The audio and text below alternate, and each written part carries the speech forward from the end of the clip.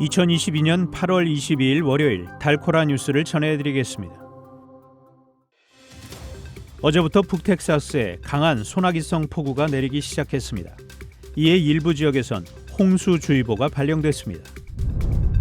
미국에서 아이 한 명을 키우는 데 드는 비용이 $30만 넘는 것으로 나타났습니다. 켈러 교육부가 청소년 유해도서 검증과 관련해 교육부 전체에 걸쳐 41권의 도서를 서고에서 치울 것을 지시했습니다. 유가 안정에 앞서선 조 바이든 정부가 내년 원유 생산량을 사상 최고 수준으로 늘릴 전망입니다.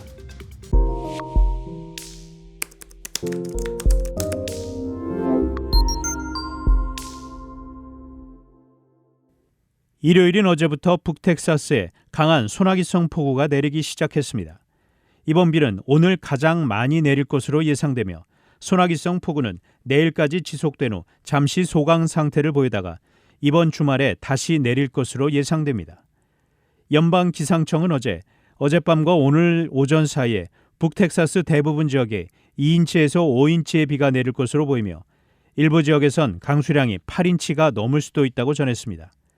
북텍사스 대부분 지역에는 어제부터 홍수주의보가 발령됐습니다. 치솟는 인플레이션으로 미국에서 17세까지 아이 한 명을 키우는 데 드는 비용이 $30만 넘는 것으로 나타났습니다.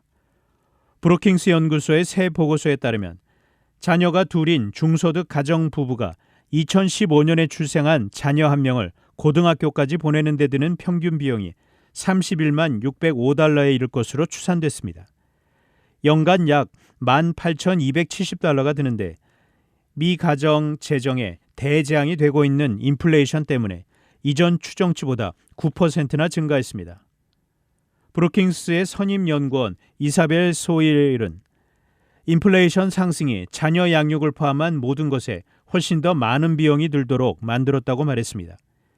이에 이번 분석이 17세까지의 양육 비용만을 설명하고 있다며 자녀를 대학 등 다른 고등교육기관에 보낼 계획이라면 더 많은 비용이 들 수 있음을 예상해야 한다고 전했습니다.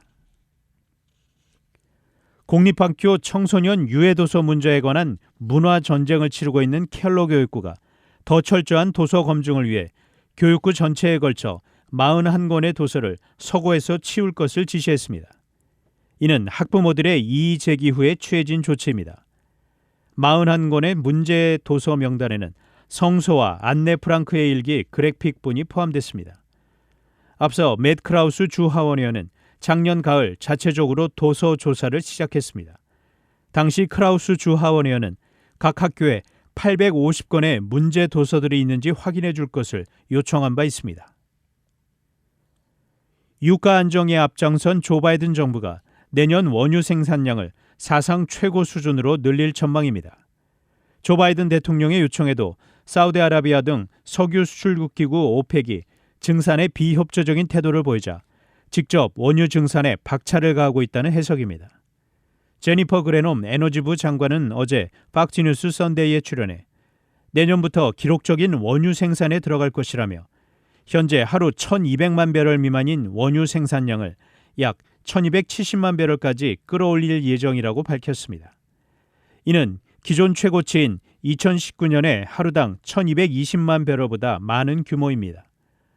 우크라이나 전쟁 발발 후 한때 배럴당 $130 선을 넘어섰던 국제유가는 바이든 행정부가 유가 안정을 위해 연달아 전략 비축유를 방출한 데다 글로벌 경기 둔화 우려까지 맞물려 현재 배럴당 $90 수준으로 내려온 상태입니다.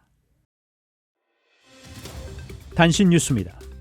윤석열 대통령은 22일 국토교통부 1기 신도시 재정비 마스터 플랜을 둘러싼 공약 파기 논란과 관련해 정책이 국민에게 제대로 전달되도록 하라고 지시했습니다. 22일 원달러 환율이 장중 1,330원과 1,340원 선을 연이어 돌파하며 폭주해 14년 4개월 만에 최고치를 경신했습니다.